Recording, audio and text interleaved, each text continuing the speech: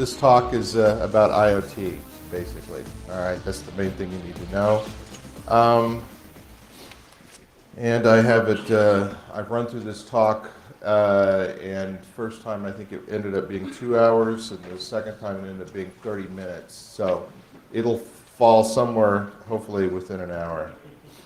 But anyway, the talk's going to be a little bit different because I've done a lot of talks and I get kind of bored with slide presentations and stuff. So there will be no bio slide in this. I will not include a agenda slide because I think they're a waste of real estate. I mean, you're here, I'm going to say this stuff. I have no reason to have a slide that says this is what I'm going to talk about in literally now.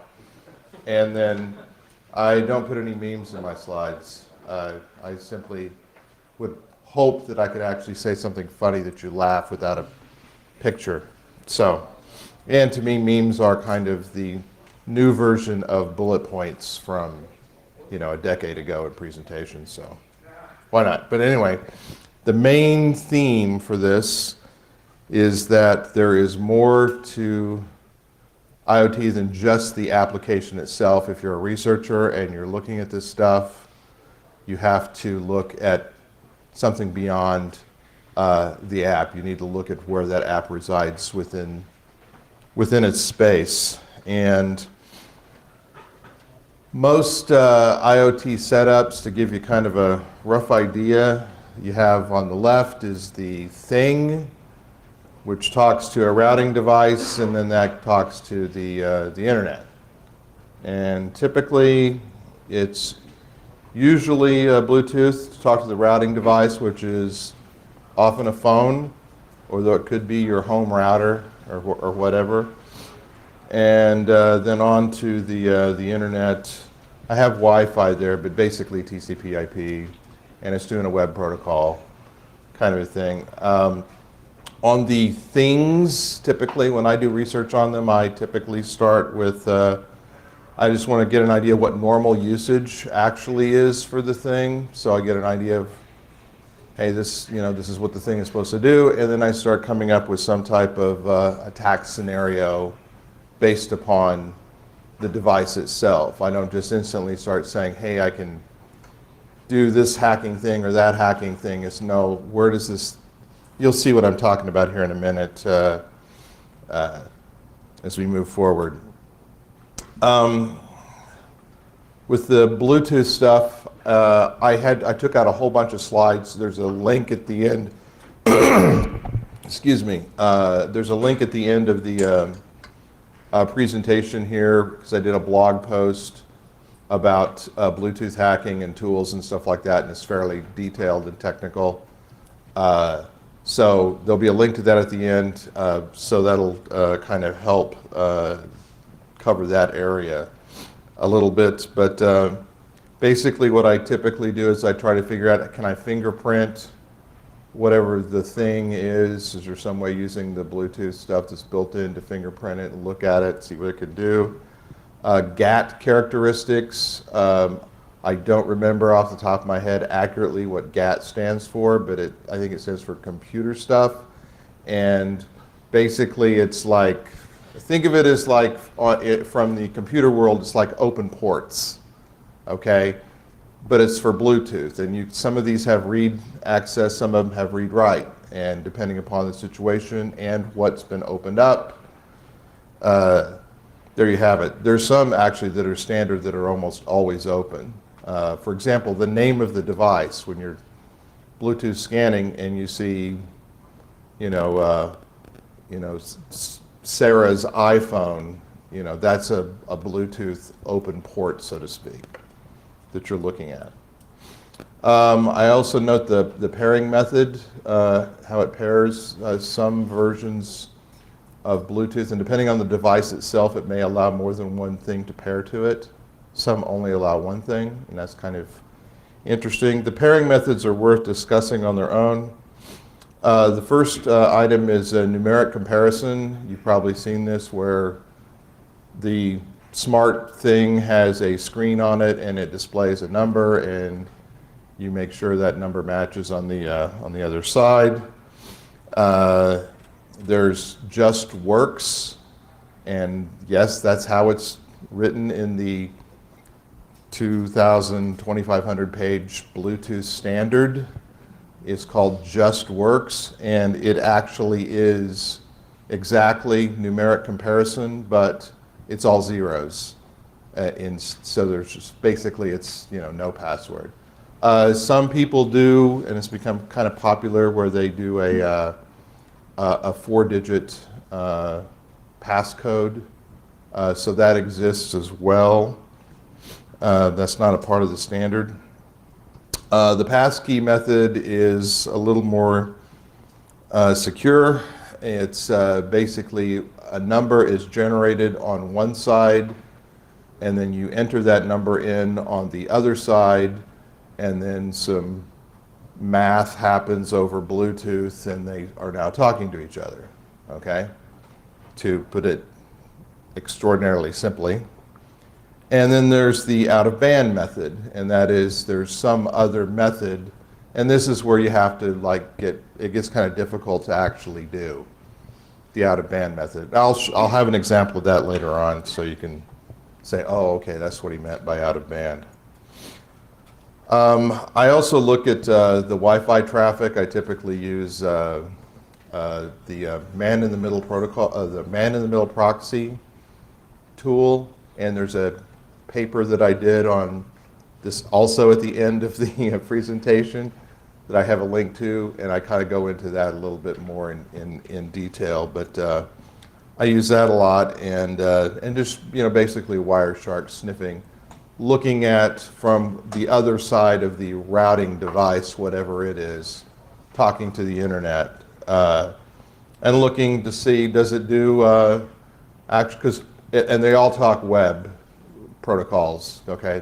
They all seem to talk web protocols for almost exclusively. So you're looking for, well, are they using SSL? Are they using a secure thing? Are they doing certificate pinning? This is actually fairly important. Does everyone know who doesn't know what certificate pinning is?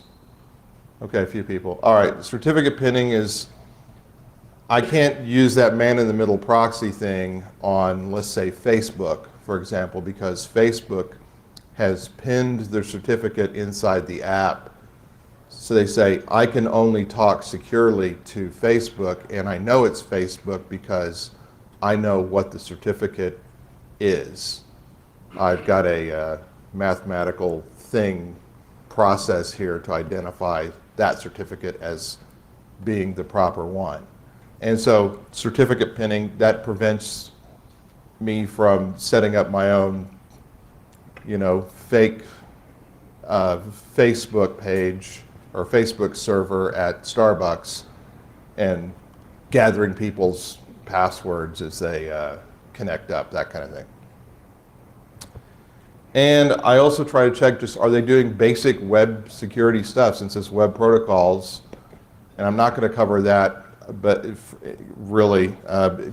things like cross-site scripting, all the normal things. Are they doing proper handling sessions and things like that?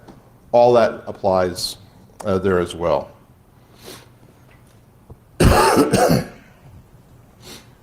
Okay, app security. I typically, when I'm looking at this stuff, I'll grab the APK, the Android version of the app, and then you can easily decompile this stuff using an APK tool, which is a Linux utility. I'll use that, and I'll go through and start looking at what libraries were used. As you know, the most popular programming language currently at this time is what's the name of it? Cut and paste is the and there's that site real popular, cutandpaste.com. No, that's not it. It's Stack Overflow. That's apparently the main library that's being used. So, but what happens is people will just, in toto will grab libraries and bring them in and use them. So sometimes these libraries may have security vulnerabilities associated with them, so you want to make sure that they're using the patched version of that. Finding an outdated library can be a challenge. Sometimes when you decompile, it'll have version information in there in actual English. Other times it won't, and you have to get kind of clever. Like if you know that there's a vulnerability in some library they're using, and the vulnerable version was 4.2, you could actually look through there and say, well, I know that this specific feature that I can readily identify in the library was introduced in version 4.6. And if it's there, then I know they're at least they're on 4.6 and not on 4.2, so they're kind of, at least using a current or at least a patched version of that library. Hard-coded credentials, those show up in the app sometimes, and I'll give an example of that later on. And then how they store the data. Are they storing the data securely? Are they using encryption, with wherever they are storing data and doing that kind of stuff? Hey, dude, I'm glad you're here. Did you bring the little thing? I did. Cool. Thanks. Did you want it for your talk? Yeah, I did. No, you didn't just witness a drug deal. This is actually... Drug deals are outside. Yeah, completely different scenario there. Yeah. I also look for weak authentication. Are they using some type of authentication of the app? Is it like insecure? This is like really good timing, Todd. I appreciate this. Because one of the first things I wanted to talk about, because now we kind of covered some basics here.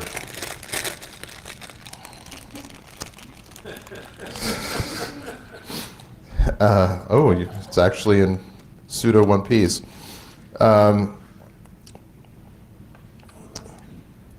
This is an example of, you brought the WearSafe one? Yeah. Okay, cool. Is that the one you wanted? No.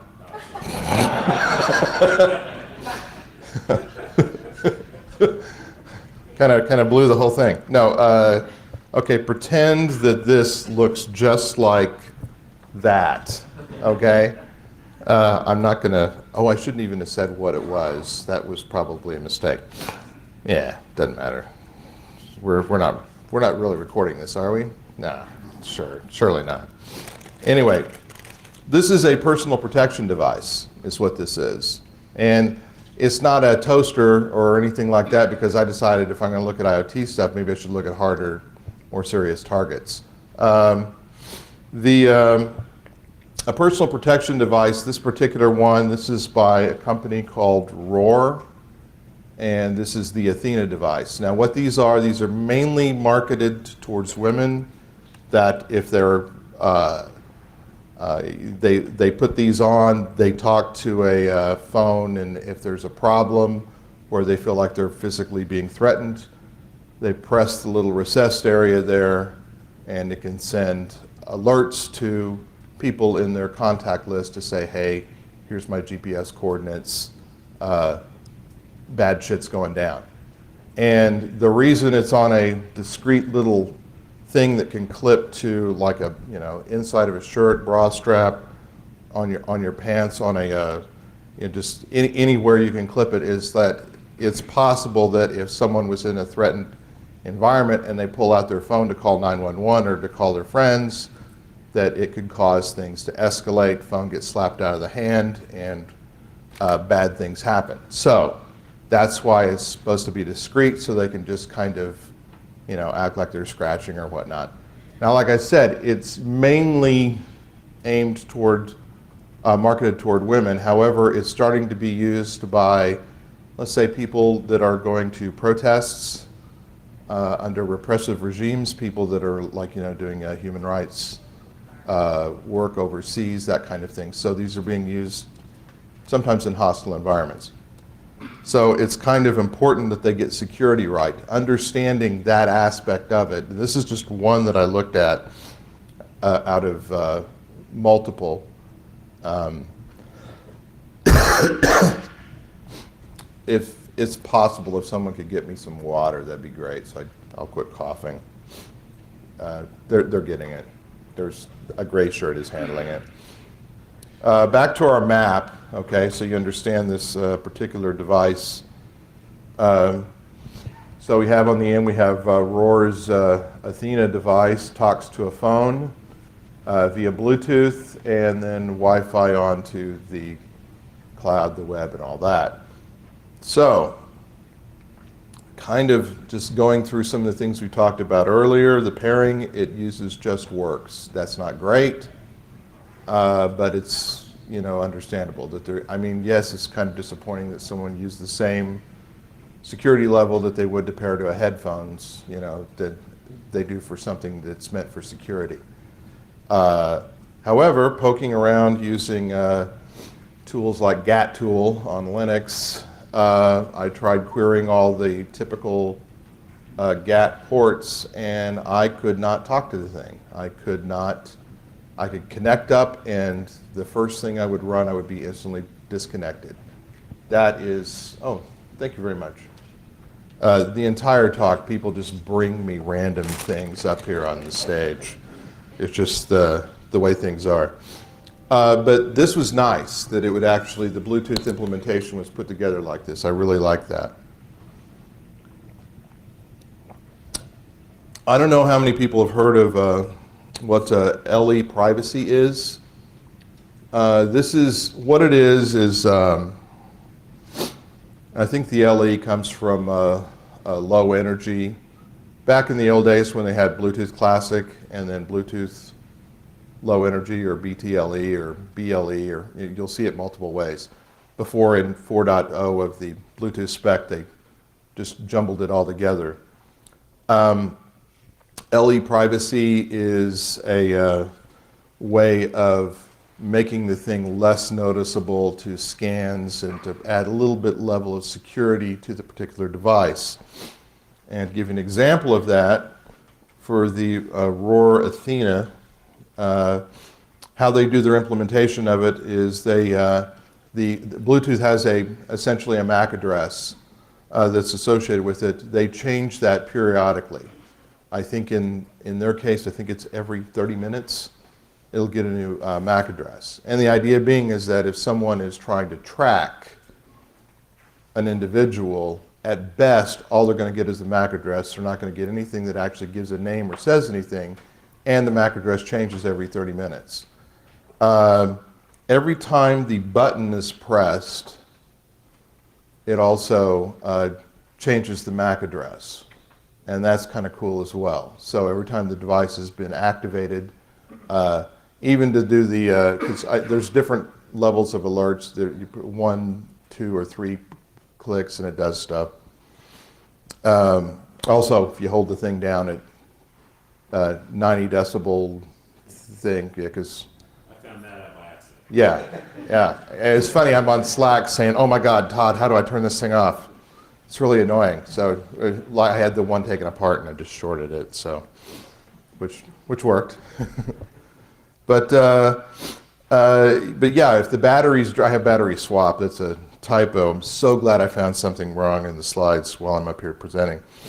It charges off a USB. If the battery's drained and then you start recharging it, new MAC address.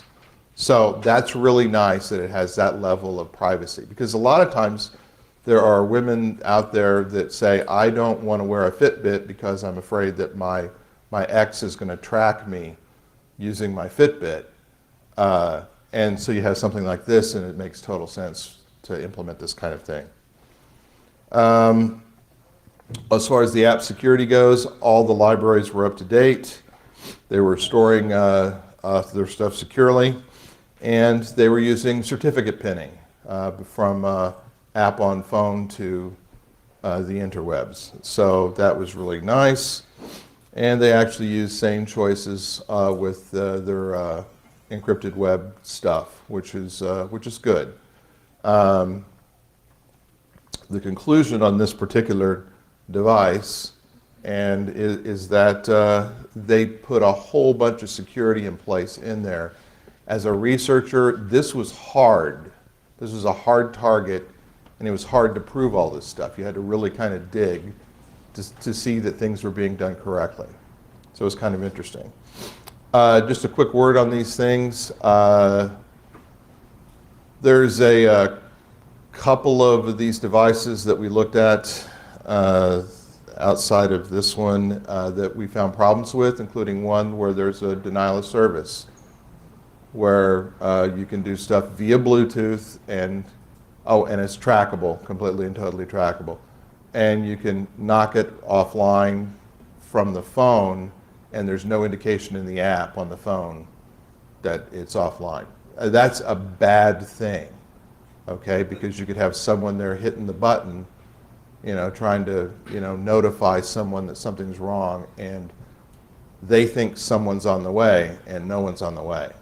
So that's a bad thing. All right, on to something a little lighter. The Apple Watch, okay? How many people here have an Apple Watch? Congratulations. You have a decent, secure device, believe it or not. This one was a complete and total ass pain to try to figure out. In our little diagram here, the Apple Watch talks via Bluetooth to the iPhone, and then from the iPhone via Wi-Fi or LTE to the interwebs. Some people weren't aware of this, but starting with version 1.1, the Apple Watch was able to talk via Wi-Fi directly to whatever means that the phone did. So basically, if you connected up via your phone, via Wi-Fi to some type of network, and the network does not have a paywall or I agree to these terms, click through anything. If it doesn't have anything like that, if the phone has talked to it before, the watch knows about it, and the watch can use that same connection, okay? And this is outside of the new 3 version with the LTE thing built into the watch. This was back at the very beginning when this thing first came out in whatever it was, 2014. So that's kind of interesting. So yet another thing to look at in this case. The physical security on it, believe it or not, having a screen lock when you take the thing off because the haptic feedback sensor says, oh, I'm not attached to an arm anymore. I'm going to lock the screen. When I first looked at this stuff, that was not a common feature. Most other smartwatches that were out there on the market did not do that, which is kind of surprising because you can do things like Apple Pay and things like that. And a lot of these other watches, they have fairly sensitive info on them. It is possible that a street magician kind of pickpocket guy, the guy that's, hey, how's it going? And he like removes your watch and stuff like, It's possible to do that with this, to undo the band and then get your fingers underneath the sensor and pull it off. I mean, think about how practical that is. And it doesn't work if your hands are real cold, believe it or not. But you can pull the watch off and then you can proceed to, I don't know, run to Starbucks and score some free drinks or something with Apple Pay. But basically, though, is that if you don't have user access to the watch, the only thing the watch is good for is telling time. Okay, that's it. Even to wipe it and reload it, it still requires access, which is a code, a 8-digit code. The Bluetooth pairing, it is the most secure method, which is out of band. You hold the phone over the watch with the camera on, and there's swirly bits on the watch, and the camera sees that, and so the out-of-band method is using visuals, and that's very cool. And then math happens in the background and stuff like that.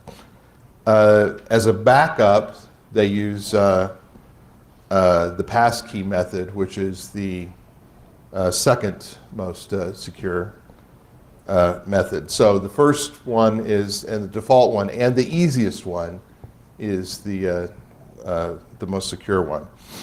They've implemented the LE privacy thing on this as well. For them, it's every 15 minutes. And if you power it off and and whatnot. It'll come up with the new MAC address. To give you a little bit of a view here, I'm sure everyone in the back row really appreciates it, and probably even in the front row appreciates when you look at a thing here. This took forever to get because I had to do a whole lot of stuff with Ubertooth just to get a decent capture. About a day's worth of just doing pairings, you know, and it's 15 minutes to wipe the damn thing, and then you got to start over, and if you miss the first packet, then you're screwed. But I did manage to get a complete pairing, just to kind of zoom in here a little bit. You can actually see that, you know, where it's starting, it's making, you know, encryption request, encryption response, start the encryption, etc. The thing that's cool about it is that's during the pairing process, it immediately starts doing encryption as soon as you pair the thing up.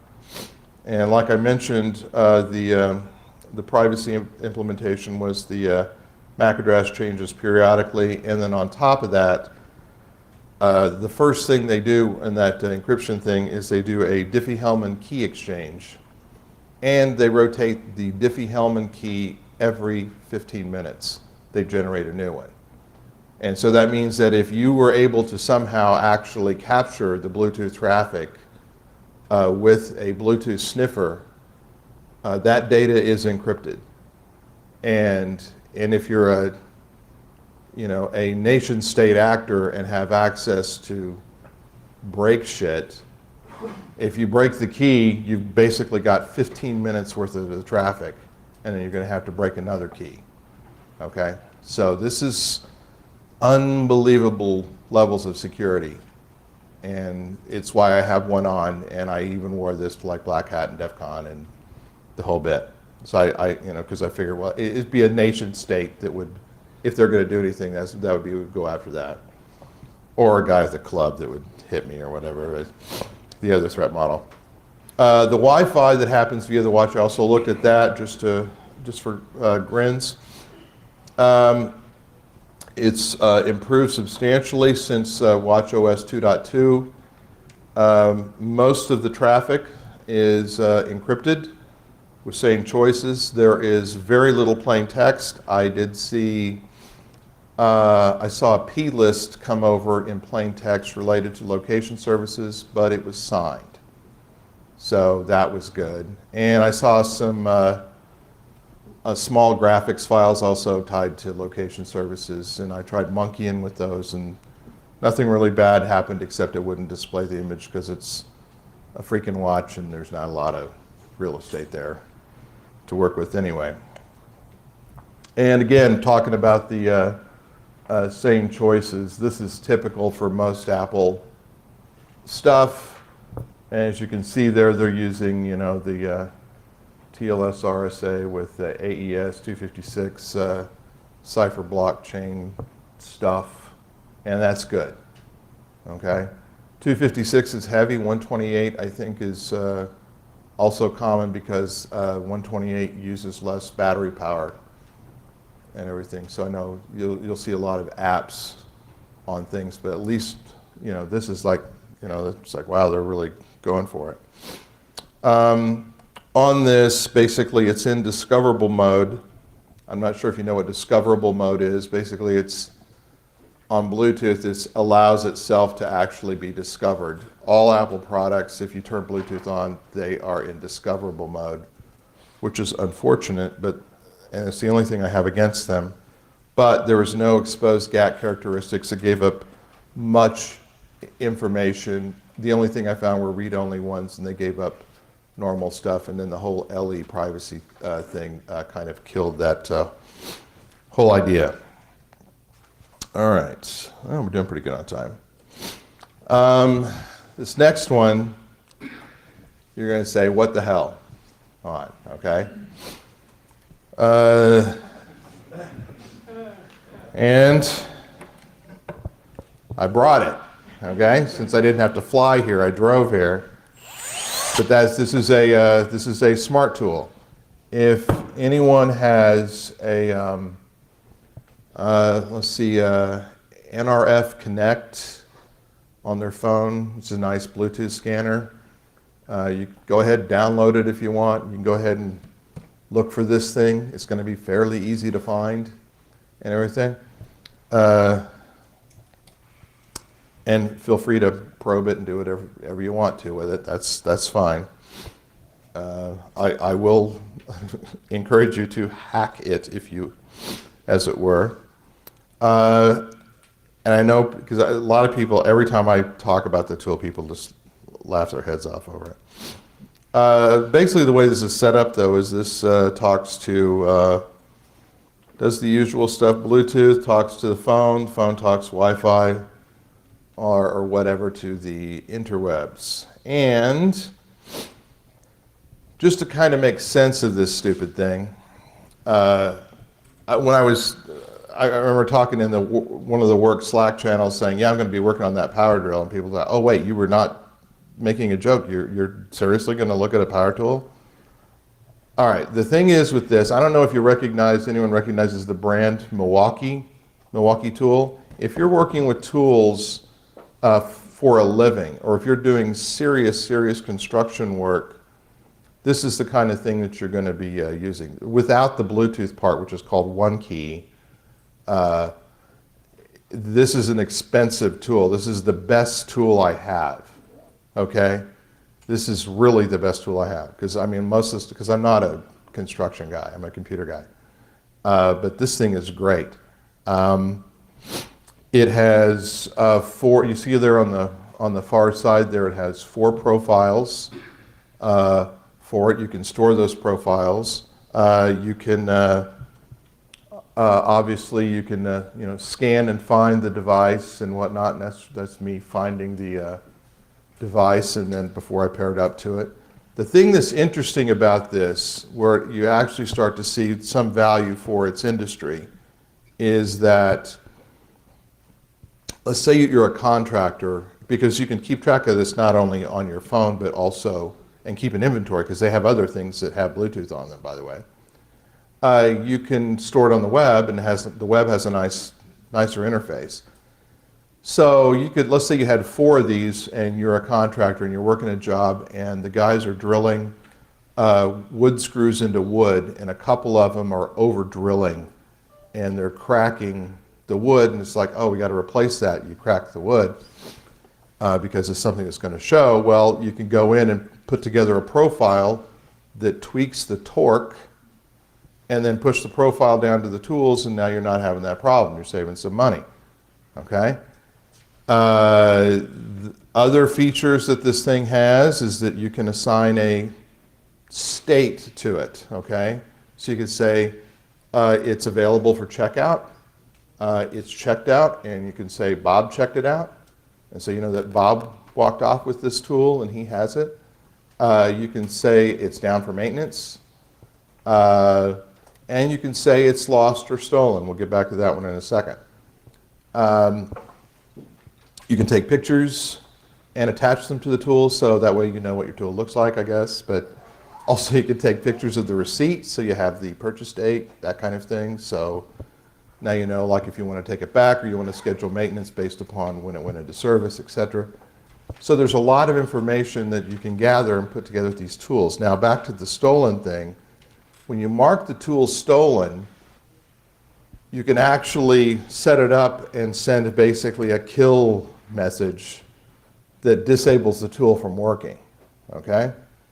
Now, it is kind of convoluted. You have to have, this thing has to be within earshot of the app running on a phone for it to get the signal. However, any phone, any phone that has the app for this, whether you're paired to the tool or not, if it spots a tool, it uploads the GPS coordinates of where it saw the tool at, okay? So you kind of have a find my tool thing with this, which is, that all of a sudden becomes kind of neat. Now, the thing is, the industry is going ape shit over this, because there's all of a sudden guys saying, hey man, because like the example I gave you of the guy adjusting the profile with the torque thing, that's from a forum. That's from a tool forum. And this guy's saying, this is great, it's saving me money.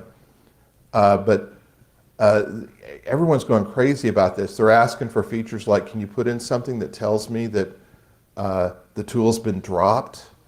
You know, is there a way to put sensors in and say the tool's been dropped? Because, you know, Bob's an idiot, and I think he's breaking tools by dropping them. You know, if he's checked it out and it's been dropped in his possession, then I know it's Bob I need to go after, you know, and tell him to stop drinking on the job or whatever is causing him to drop tools. They even make a thing called the tick, and it's a little guy about this big. It's expensive as hell, and all it is the equivalent of the Bluetooth tag thing inside here, and you can attach it to any tool or lawnmowers or, you know, whatever. Just attach it to your stuff and include even, you know, competitors' tools. And so it's making huge waves in the industry. It's kind of become disruptive, if we dare use an internet buzzword. So anyway, so when I was looking at this, there's lots of things to look for. I wanted to look at the physical security of the tool itself.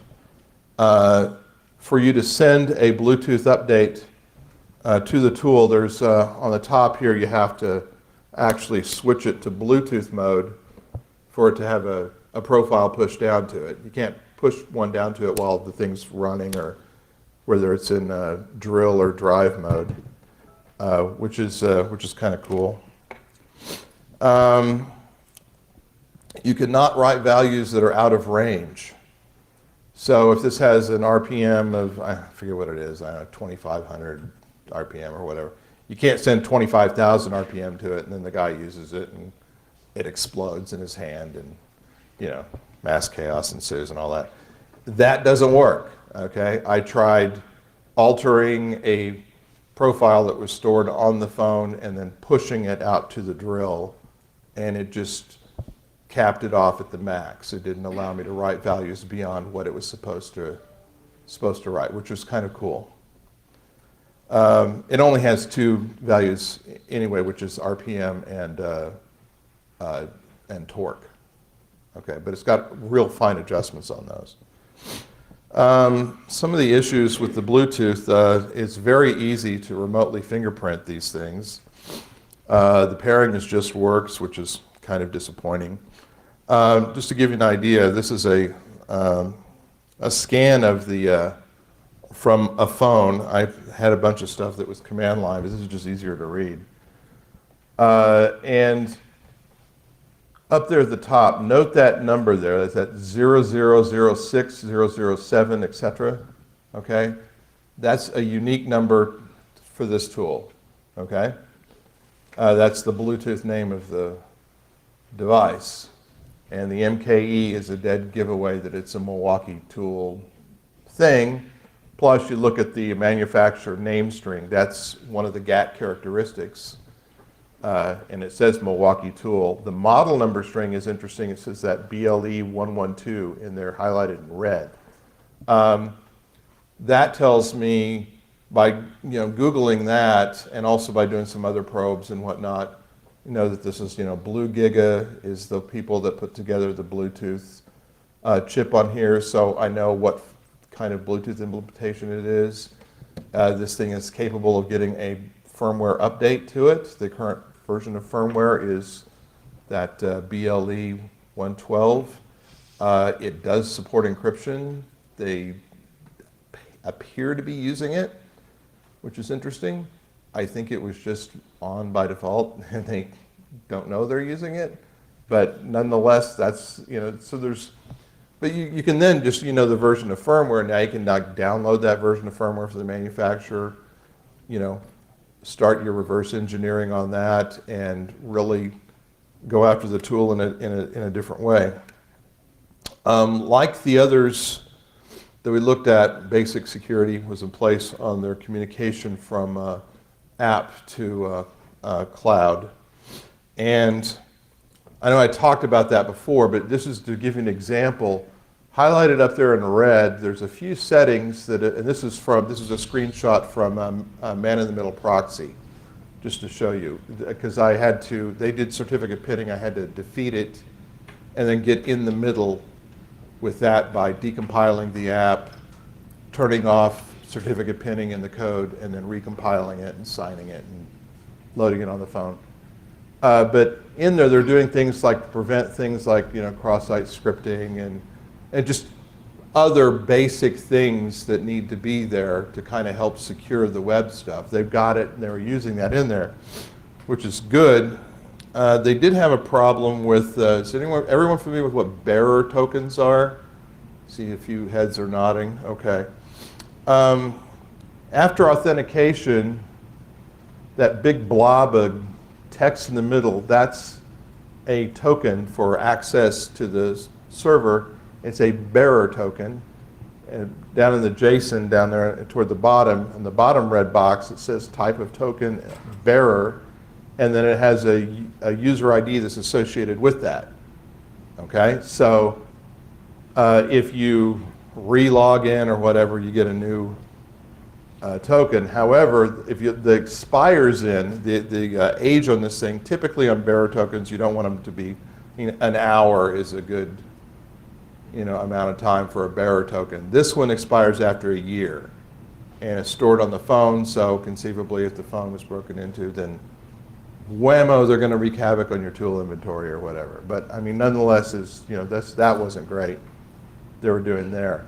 And this is the kind of things that, as a researcher, you try to look for with this stuff. They did use up-to-date libraries, which is good. Found nothing there, and found, yes, they were doing certificate pinning, which I had to defeat to get to that point. They use stored credentials. They did allow weak passwords. I'll talk about that in a second. They had stored credentials in the app. They hard-coded them in. Okay, that's not good either. Okay, and just as an example of that, this is during, again, this is a request, and then there's up there at the very top in red is the hard-coded password, and that hard-coded password is in the app. They use the same, according to looking at the source code, it's the same hard-coded password for their development environment, their beta environment, and their production environment. And I don't know if you can see the password that I have. I typically, when I'm doing stuff, I use Hunter2 as my password for everything when I'm doing just goofy testing. But they demanded I have an uppercase, so it's capital H. And then since it had to be 8-character because they were really being tight on security, I had to make it Hunter22 as opposed to Hunter2. If you don't know what Hunter2 is, you need to Google that stuff. It's kind of funny. Anyway, inside joke. I saw a couple people kind of got that one. All right. Conclusions. So I actually got a couple of CVEs out of this.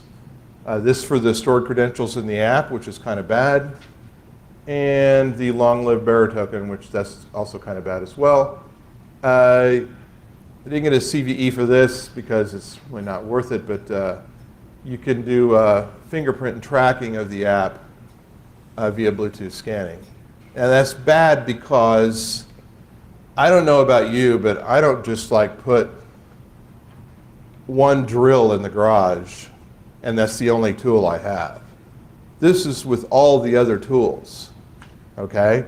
So it is a beacon that says, hey, this guy could afford at least one tool that was expensive.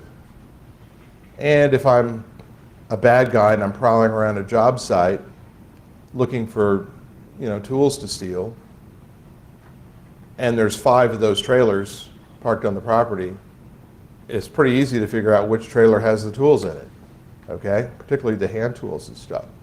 And so, and then of course, if you're smart, you got your Bluetooth scanner out and you're saying, okay, I don't see any iPhones or Fitbits nearby, so there's no people around. I'll go now and steal the tool and whatnot. So to me, that one's kind of bad. The interesting thing, though, is by using a combination of the stored credentials and setting up a dummy account, getting your just a dummy account on the Milwaukee website, and using that to get your own bearer token, You can go in at that point, you have enough data from what you gathered from the scan, and you can actually spoof the GPS location of the tool, which as a thief might come in handy. So you could make sure that the tool looks like it's not stolen. It's just, it's somewhere there in the garage. Maybe little Timmy walked off with it and put it under something. I'll keep looking for it. And, or, maybe Bob, clumsy Bob that drops tools, maybe he didn't put it in the cabinet right. It's got to be around here somewhere according to the stuff. It's here on property. So, I mean, you can't, or you can, send them anywhere. Just, your enemy down the street that you hate, use his GPS coordinates. So you can do some kind of weird stuff like that. Now, all three of these things, the Apple Watch, the Roar, Athena, the personal protection device, and this tool, these were hard targets, okay? They're very hard targets. This is not like some, smart toaster or whatever, where it's, I mean, those are kind of fun, I guess, because, they print out, you can get toast that prints out the weather report on the toast with the stuff, or I'm serious, or a picture, which, a picture on toast, yeah, nothing bad could ever happen from a picture being printed on toast, for family breakfast, yeah. I can't think of a single thing that I would do to that. But I mean, it's funny, but it's kind of pointless because, big deal, you compromise a toaster. Big deal, you're tricking the guy with the smart thermos who can't be asked to look at how much water is in there. He's actually being told, hey, it's actually half empty when the app is saying it's full. But anyway, that's the end of my presentation proper. There are the links as promised. Both I did a thing on the drill, and that has some fairly interesting stuff in it. And recently I did the link on the Bluetooth stuff, so you can grab that. And there's my contact info. Yeah, just to repeat for those that didn't hear it, do you run across companies that are difficult to work with? Yes, Milwaukee Tool never responded, okay? I actually involved US CERT. That's right, your tax dollars at work, trying to secure power drill. And they contacted Milwaukee Tool, and they actually got a response from them, and all they did is acknowledge that, yeah, he's right, these are correct, these are flaws, we need to fix it. And CERT gave me the guy's email address, they copied me in on all future communication, and nothing came out of it. It is, I mean, for IoT, it is not like, it's very similar to Microsoft in the 90s as a researcher. There are people just like, what, you're able to print genitalia on toast? Oh my God, why would you want to do that? That's so terrible. And their fix is, well, we'll just, make them upgrade to a new toaster. They'll have to buy a new toaster. I mean, they literally they have no clue about most of this stuff. And also remember, they're working under weird constraints. Like you have someone that says, okay, here's this little thing where I can load my Bluetooth data on, and then they go, and it's got this much memory, and they go to order them, and then China sends like 50,000 of these things to them, and it turns out the ones they sent to them have half the memory. But the order's already gone through, and they got to use these things, and they're going to put them in whatever they're manufacturing. So they say, well, okay, we need to take out some memory, whammo, out comes all the security features. This is the kind of thing that happens with IoT. Just weird stuff where they don't even think anything about it. Oh, what's this library certificate pinning? We don't need that. Look at all that space we just saved. All right, we're good to go. Ship. And that's the world. That's the hardest part right there. Technically, I don't need to get permission from them to do the talk. To be a nice person, Duo, as a matter of course, we do that 90-day thing. that all the kids are doing, okay? But with them, we actually went, I think it was over 120 days, because we kept trying to just give them a chance and everything. Some people have responded better. I mean, like, with the personal protection devices, they're taking it seriously. One of the places that we reported, they've responded. Another one has not yet. Hopefully they will. But it's kind of a mixed bag. I mean, the further down the IoT importance in society food chain you go, the less response you're going to get. They literally don't. As long as you're not doing anything that they think you're going to be stealing something from them, or it helps to say this affects end user privacy. In some cases, then they'll kind of respond to, oh, privacy, that's a bad thing, if it's compromised. Okay, question was, where does an average consumer go to find out security information on IoT devices? What's good, what's not?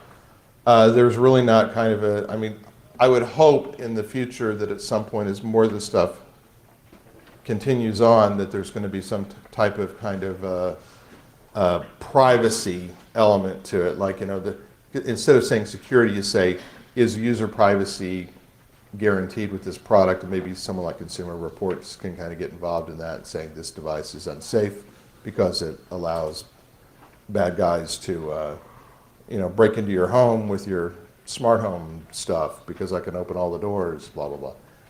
Maybe there's something along those lines, but right now there's really nothing outside of us hoping that normals show up to security conferences, which, looking through the room, I'd say that's not the case. Nothing personal. Yes?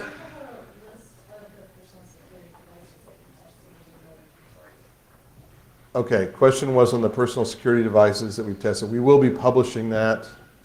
I'm not supposed to, I really don't want to say in a public place. We test, the Roar one is great, okay? That one was done spot on. A couple others we tested weren't as good. One of them was kind of bad. I'm not suggesting that you talk to me later, because that would be wrong for me to give you that information. Nonetheless, we will be publishing something, hopefully in slightly less than 90 days. The Bluetooth standard, and by the way, it's not a Bluetooth, okay, the question was, are there any standards? For the Bluetooth protocol, which doesn't exist, it's a collection of protocols, all right? I think I mentioned this, if you printed them off, you're talking 2,500 pages, front and back, just massive PDFs, that's plural, PDFs describe what's in Bluetooth. So, and there's all kinds of weird interpretations where they use words like shall and could.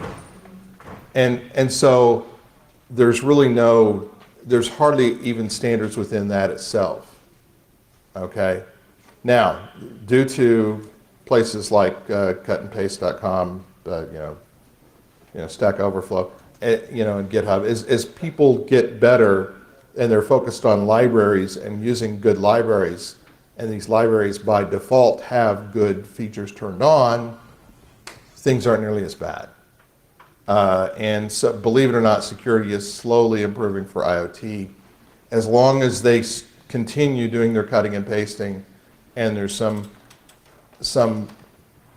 weenie programmer out there saying, no, you did it wrong, here's a more efficient way, that's insecure, and then they post their thing to a routine, and things slowly get improved. So it is getting better, but no, there are no standards. There's several people that have tried to do this. I know in Australia they've got a working group together that's actually trying to make real progress, because they're trying to get government buy-in to say everyone has to meet this standard before you sell a Bluetooth product to the government of Australia. And that's a good idea. And they're actually gaining traction there, and I think that's actually going to happen. But No, the protocol's a mess, and or the protocols involved are kind of a mess. All right, well, that's going to be it. I will be around. Hit me up. I'll be the guy carrying the tool. Thank you very much.